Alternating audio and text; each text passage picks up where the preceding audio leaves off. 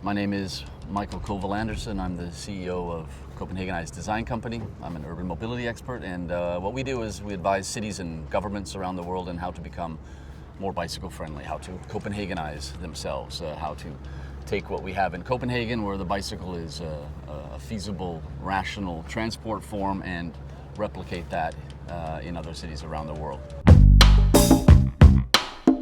Most of our work is international. Other cities who want to do the same thing that Copenhagen has done. We have also worked with the city of Copenhagen, with the bicycle office. We've done a lot of communication for them, promoting Copenhagen as a bicycle-friendly city, the city of cyclists and whatnot. Behavioral campaigns we have also done, because this wasn't a part of the brand here.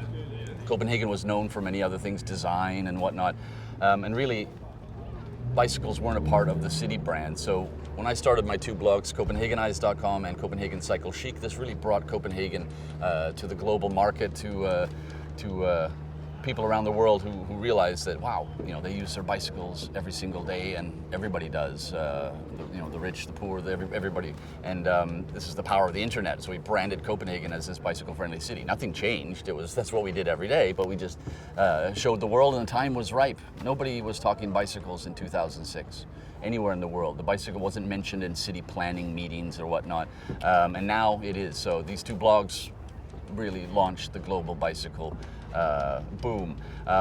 Now, looking abroad and looking at other cities and working with them, that's one thing. But then you realize, when you're sitting here staring at this for 7 or 8 years, you realize, okay, it's not as good as it can be. Politicians come and go, and at the moment we have an incredibly car-centric Lord Mayor. The mayor in charge of traffic is very, very progressive, and knows how important it is to modernize our cities even more. But so the politics change, so then all of a sudden we have to go on the offensive in our own city and criticize what we think is our backward steps. So we are active, and we have influence here as well, and we do what we can to you can rest on your laurels. You can sort of just accept the status quo, or you can try to go to the next level. The city has had a goal of going, at the moment it's 36% of the population arrive at work or school by bicycle in the city of Copenhagen. The city had a goal from 2006, I think, now we want 50%. Nothing's happened, absolutely nothing at all. So, where is that goal, and how can we achieve it? We know how to do it, so that's our job, is sort of to push the politicians in that direction, not to make them lose sight of the goal. The obvious comparison is Copenhagen and Amsterdam. These are really the Romulus and Remus of modern bicycle cities. Every city in the world used to be bicycle friendly. Dublin was the third great bicycle city in Europe until the 1940s, 1950s. But what we have now, it's Copenhagen and Amsterdam. And they're really easy to compare, but they're also difficult. I mean, the layout of Amsterdam is small streets with lots of canals. There's no other city on the planet that will be Amsterdam ever. There's only going to be one Amsterdam. So the way that people cycle there on all these short streets with lots of turns up and over canals is very different to the way that people cycle here. We have a medieval city center, but everything outside of that is really a 20th century invention. We have wide boulevards that were designed for streetcars, for trams, and so if you look at Amsterdam in the center, it's I call it fantasy land. For bicycles. It's like, it's crazy. You're giggling all day long. There's bicycles coming everywhere. It's a wonderful experience. I call Copenhagen Tomorrowland, because this is what cities can actually do. Most cities in the world don't have a little canal with a bridge and some cobblestones. They actually have boulevards and motorways leading to the city center. Planners and politicians who come here to speak to us in Copenhagen, I ask them the same question. I said, if you squint your eyes, can you see your city, Chicago or wherever it is, Australia, wherever, whatever country they're from? And they all say, yeah, I can see how my city, it would work with bicycle infrastructure, separated and whatnot. When they go to Amsterdam, you can't see Chicago when you're standing in the middle of Amsterdam, but you can see it outside the city center here. So it's hard to compare. I think the way that this city works, it works like a lot of other big cities. So in that sense, it is probably the best bicycle city in the world, simply because it resembles so many others. It's an inspiration to other cities, where Amsterdam is a wild ride, but there's very few things you can take out of Amsterdam and put into Dallas or Sydney or whatnot. The best feature about the bicycle culture, I mean, first of all, bicycle culture is something, you know, you people call it. We don't call it bicycle culture. It's just what we do. I call it vacuum cleaner culture. Everything you see here, everybody has a vacuum. Everybody vacuums with it. They've learned how to do it. They don't fetishize it. They don't wave at other people with vacuum cleaners, you know, or dress up to vacuum. So this is vacuum cleaner culture. That's how it's just a tool for making our everyday lives easier, you know, the vacuum and the bicycle. But what other cities should take out of Copenhagen is the design aspect of the bicycle infrastructure. Cycle tracks like you see here, they've existed for 100 years all over the world. It's nothing new. But this Danish design tradition that we have, I mean, my kid in 3rd grade, he had a design class. You know, this is how early it starts here. But it's interesting to see all these different types of infrastructure finally filter into 4 types of infrastructure that we have in Denmark. We don't have 6, we don't have 8, we have 4 types of infrastructure. Whatever street there is in Denmark, we know exactly what infrastructure to put on it. Pedestrians have sidewalks on both sides of the street. Cars, well, they have one-way streets, of course, but generally it's a two-way thing. The biggest mistake other cities are doing is they're putting in bi-directional, so like one lane where bicycles ride side by side on one side of the street. We threw that out of the best practice here 20 years ago. It's simply not safe enough for us. So bicycles on either side of the street with the traffic flow. Every street should have a one-way cycle track on either side of it. So this overall penetrating design is the most important aspect of the culture here. You don't get that in Dutch cities. They have a lot of amazing cities that are way ahead of us, the smaller cities and whatnot. But they have a mix of different infrastructure. If you're not from that city, you know, you spend half your time trying to figure out how to get somewhere. Here, it's intuitive, it's easy. The wayfinding is very, very good. And you get on a train, you go to another Danish city with your bike, you get off that train and you're presented with the same design of bicycle infrastructure as the city that you left. So that, taking the bicycle serious as transport, designing properly for it, affording cyclists the best practice of bicycle infrastructure, that's what you see in Copenhagen, and that is where other cities should start. You know, they shouldn't start with some baby steps or some substandard design that we have rejected. They should just take, it's copy-paste. This is all open source. Anybody can just take this design and slap it in their city. The greatest example that I know of this Control-C, Control-V urban planning is Ljubljana in Slovenia. In the early 1970s, they sent a team of planners and engineers to Copenhagen, and they walked around probably with their old Holga cameras, and they just took a bunch of photos.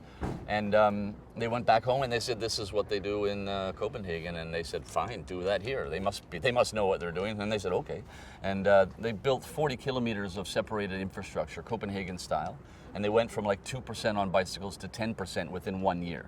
You know, there's no other city that has really been doing that anywhere in the world in the past 6 or 7 years. Direct copy-paste, something that we know works, an established design. That's the greatest example. That's how easy it is. Other cities are experimenting. We'll try and find some space here for bicycles. You know, no, you do it right from the beginning and you will rock and roll. The first goal is always political. You need a politician who has like some brains and some cojones. And then we see that a lot more now. You know, the greatest quote of the past 3 years is the mayor of Paris, who was mayor for 12 years. He says, the fact is that there is no place for cars in the big cities of our times. This is the new paradigm that we're moving towards. There's too many cars in our cities. It's never going to be a car-free world, man, and it shouldn't. But these cities aren't designed for cars. There's no, maybe a couple of American cities are, but the rest of the planet, they weren't. So this is, the political will, and then building the infrastructure, not making it a bicycle-friendly city, just making the bicycle an equal and respected transport form. We have 36% of people arriving by bike in the city of Copenhagen to work or school. Then there's 30% by public transport, and then there's 28% or so by car. That makes it's an equal playing field.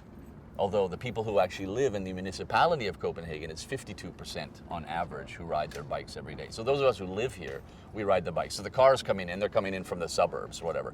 But those of us who live here, we understand that, you know, the bicycle is the fastest way from A to B. That's the goal.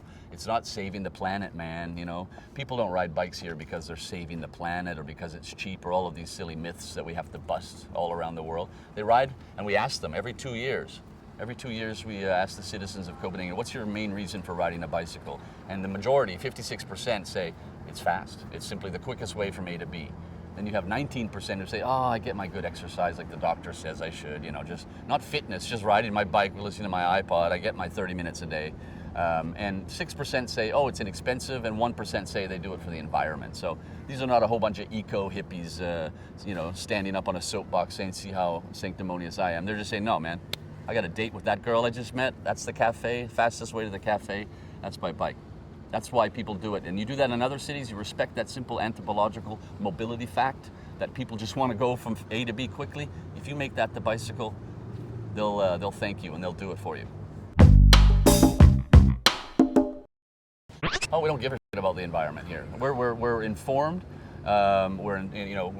We've had the same 40 years of environmentalist messaging as the rest of the planet, but we don't care about it. We just do it. We do it like, you know, people ride bikes here because it's safe and they feel safe and there's well-designed infrastructure and it's fast from A to B. I sort my garbage at my house in super great detail, hard plastic, cardboard, metal. I only do it because right outside my back door, there's containers that the city makes available to me. If those weren't there, I wouldn't sort my garbage, you know. Denmark buys more, organic food than any other nation in the world. I don't spend more money on that. It's because the prices are affordable. A liter of eco milk is just a little bit more than a liter of regular milk. So, I make a good choice. I feel good about seeing that little, biological, organic mark, and so that makes me feel good. But like, if you make it accessible for people to do it, they will do the right thing. You can't just sit here waiting 40 years for them to live the environmentalist dream. Environmentalism is the greatest marketing flop in the history of Homo sapiens. It doesn't work. Save the planet, pointing your fingers, looking down your nose at people. This doesn't work. Shut up. I don't want to hear that shit. If you give me this solution and it makes sense in my everyday life, I will do it. And that's what happens here. So yeah, we're a little bit maybe more enlightened than other countries about the environment, but you know what? At the end of the day, is it easy for me to do it? I'll do it, right? And that's the goal, whether it be garbage or bikes.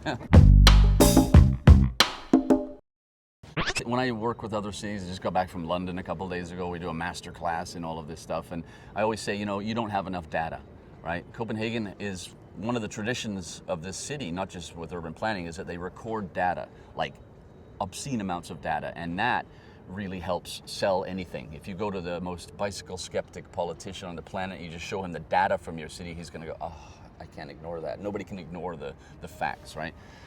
So that's the most important thing for other cities to do. Build the infrastructure, but record it, because somebody's going to say, I didn't see any cyclists there. No, but you know what? There's actually 4,000 a day or whatever.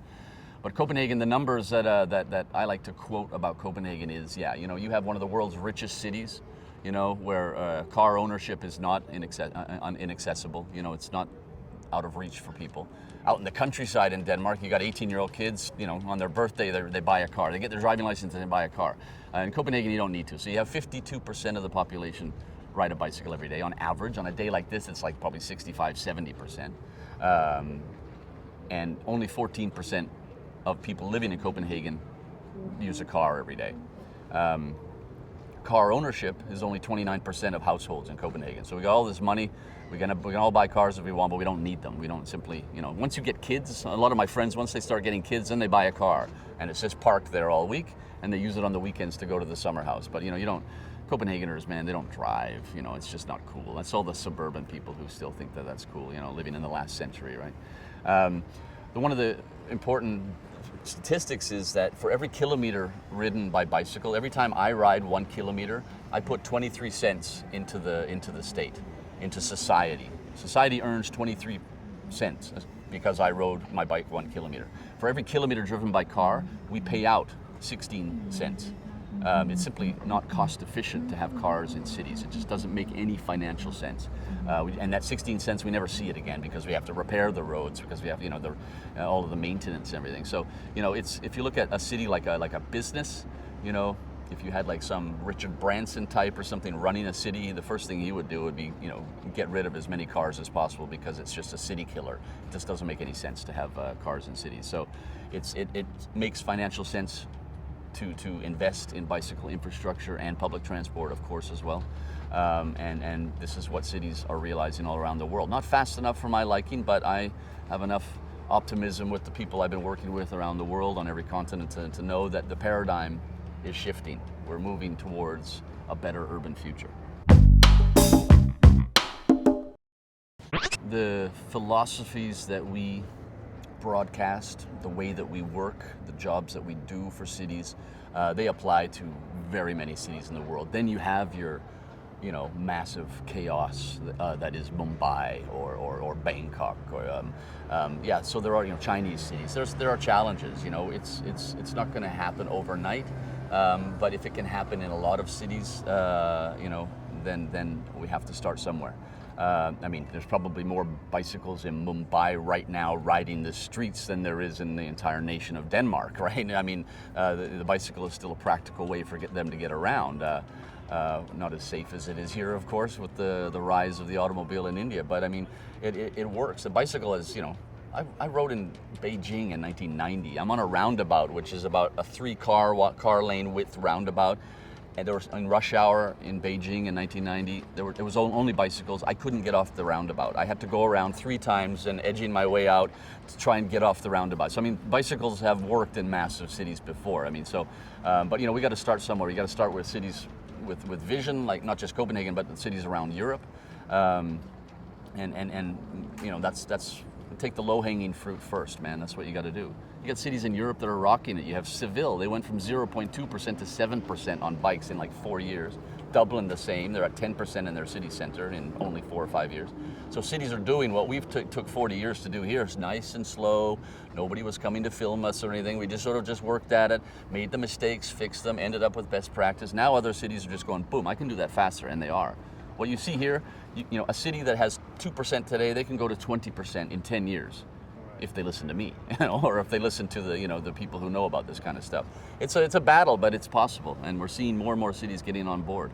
And that, if I didn't see that every day, I wouldn't be doing what I'm doing, right? I got all the myth busting to do and all the misconceptions and repeating myself ad nauseum to people around the world. Oh, it can't be done here. Oh no, you know what? It can. That gets me out of bed every day, knowing that it's possible, knowing that it's happening right now as we speak. First thing I say when I do like all these big keynotes around the world in other countries, I say, I'm not a cyclist. I just want to point out at the very beginning, I'm not a cyclist. I don't consider myself a cyclist. If I'm in a bar in America, and I say to somebody next to me, hey, well, I'm a cyclist, they're going to have, maybe uncomfortable visions of me in man-made, tight lycra and whatnot, and that's probably not a good way to score that girl, right? So I just say I'm not a cyclist, right? If I go out of my flat to the supermarket to buy bread and I walk, yeah, I guess technically I'm a pedestrian, but I don't say I'm a pedestrian today. I don't think about it.